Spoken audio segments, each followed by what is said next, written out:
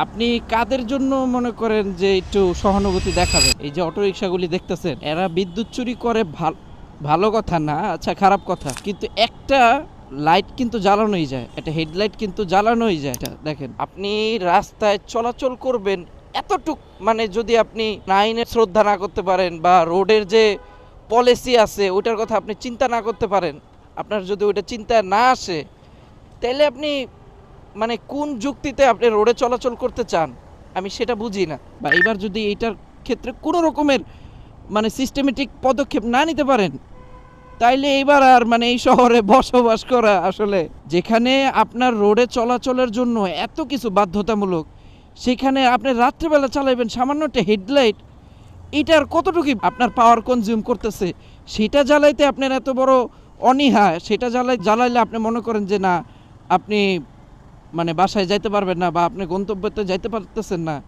তো এই ধরনের মনোভাব নিয়ে যদি আপনি রাস্তায় নামেন, তাহলে আপনার দ্বারা যে কোনো কিছু সম্ভব। এই জিনিসটা পুরাই মানে হাস্যকর। আজকে একটা নিউজ দেখলাম যেখানে বলা হয়েছে একা ঢাকা মেট্রোপলিটন পুলিশের হাতে কিছু নাই যে তারা হচ্ছে অটোরিকশা বন্ধ করতে পারবে।